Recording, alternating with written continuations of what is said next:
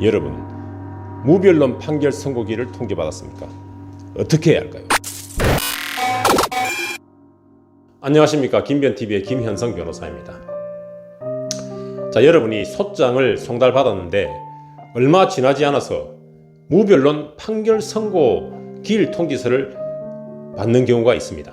자, 그렇다면 무변론 판결이란 무엇인지, 또 무변론 판결 선고 기일 통지서를 받았을 때 어떻게 대처해야 하는 것인지 살펴보도록 하겠습니다. 일반적으로 소송이 제기되면, 즉 소장이 접수가 되면 법원에서는 피고에게 소장 구본을 송달하게 됩니다. 이때 법원에서는 피고에게 소장을 송달받은 날로부터 30일 이내에 답변서를 제출하라는 안내서를 함께 첨부하여 송달하게 됩니다. 자, 피고가 원고 주장에 대해서 다투는 경우에 이때에는 소장 구본을 송달받은 날로부터 30일 이내에 답변서를 제출해야 합니다. 그런데 피고가 답변서를 제출하지 않는 경우, 즉 응수하지 않는 경우에는 재판부는 피고가 자백한 것으로 보고, 즉 원고가 주장하는 사실을 피고가 모두 인정한 것으로 보고 변론을 열지 않고 판결을 선고한다는 무변론 판결 선고 기일 통지서를 송달하게 되는 것입니다. 그리고 그날 법원은 판결 선고를 하게 됩니다. 이때 원고 승소를 하게 되겠죠. 무변론 판결 선고, 이 제도는 소송 경제, 즉 신속한 재판을 위해서 마련된 제도입니다. 그래서 재판부가 피고에게 소장 구본을 송달하면서 동시에 무변론 판결 선고 기일을 통지할 수도 있습니다. 그렇게 되면 재판 더 빨리 진행될 수 있겠죠. 자, 그렇다면 무변론 판결 선고 기일을 송달받은 피고는 어떻게 해야 할까요? 만약 피고가 소장에 기재되어 있는 원고의 주장 사실을 모두 인정한다면 무변론 판결이 선고되더라도 문제될 것이 없겠죠.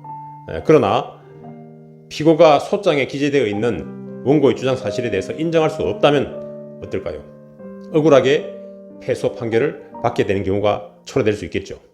그래서 피고가 소장에 기재되어 있는 원고의 주장 사실을 인정할 수 없다면 우선 무변론 판결 선고부터 막아야 할 것입니다. 그럼 어떻게 해야 막을 수 있을까요?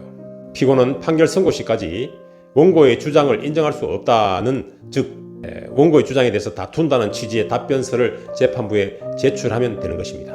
물론 이때 답변서를 제출하면서 무변론 판결 선고 기일 지정을 취소해 달라는 신청도 함께 하는 것이 보통입니다. 그렇게 되면 무변론 판결 선고는 취소되고 통상적인 소송 절차로 되돌아가게 되는 것입니다. 보통 일반적으로 무변론 판결 선고 기일 전에 피고가 답변서를 제출하는 경우가 거의 대부분이죠. 그렇다 보니까 사실상 무변론 판결 선고 기일을 지정하고 하는 이러한 절차들이 다소 형식적으로 운영되는 측면이 없지 않아 있습니다. 자, 물론 이것만으로 소송이 끝나는 것은 아니겠죠. 이제부터가 시작입니다. 그래서 답변서를 제출한 피고는 원고의 주장 사실에 대해서 적극적으로 다투면서 자신의 주장과 입증을 해나갈 필요가 있게 되는 것입니다. 자, 피고가 답변서를 제출했음에도 법원이 무변론 판결 선고를 하는 경우가 있을 수 있겠죠. 이럴 때는 어떻게 될까요? 이와 관련된 실제 사례가 있습니다. 피고가 소장 구본을 송달받은 날로부터 30일 이내에 답변서를 제출하지 않았습니다. 그래서 재판부가 무변론 판결 선고 기일을 지정하고 또 통지하였습니다. 그런데 선고 기일 이틀 전에 피고가 답변서를 제출하였습니다. 그럼 이때 보통은 재판부는 판결 선고 기일 지정을 취소하고 통상의 소송 절차로 진행하면 되는 것입니다. 그런데 재판부가 그날 무변론 판결을 선고한 경우입니다. 이것은 재판부가 민사소송법 규정을 위반한 것이죠. 그래서 이런 경우는 사실상 거의 없습니다. 그런데 재판부가 실수로 피고가 답변서 제출한 것을 간과하고 무변론 판결 선고를 한 경우에 이때 피고는 항소, 상고를 하면 되는 것입니다. 그러면 이때 1심 판결은 위법하여 취소되게 됩니다. 실제로 이와 관련된 대법원 판결이 있습니다. 1심에서 피고가 답변서를 제출했음에도 불구하고 재판부가 무변론 판결 선고를 한 경우 이것은 위법하다. 그래서 1심 판결을 취소한 그러한 대법원 판결이 있습니다. 피고가 답변서를 제출하지 않은 경우에 재판부는 무조건 무변론 판결 선고를 해야 할까요? 예, 그렇지 않은 경우도 있습니다.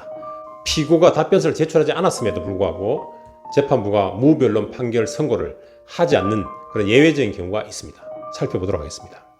먼저 원고의 청구가 주장 자체로 이유 없는 경우, 이런 경우는 유리성이 결여되었다라고 얘기하는데, 유리성이 결여된 경우에는 무변론 판결을 선고할 수가 없습니다. 왜냐하면 주장 자체로 말이 안 되기 때문에 그렇습니다. 예를 들면 A가 B에게 돈 100만 원을 청구하면서 그 청구 원인을 보니까 대여금도 아니고 대금도 아니고 그냥 친구니까 돈 100만 원을 달라라고 청구하고 있을 때, 그 이유만으로는 그 자체로 원고의 주장의 이유가 없게 되겠죠. 이럴 때는 무변론 판결 선고를 할 수가 없게 되는 것입니다.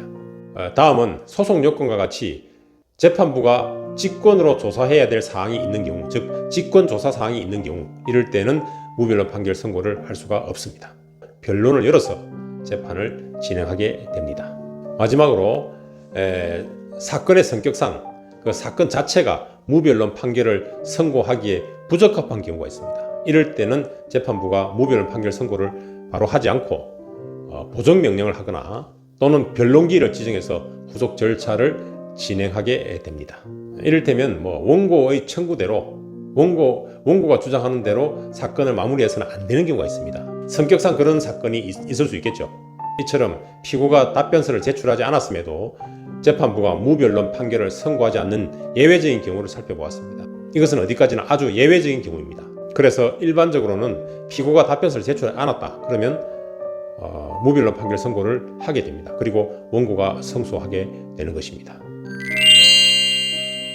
지금까지 무변론 판결 선고에 대해서 살펴보았습니다. 자, 오늘의 결론입니다.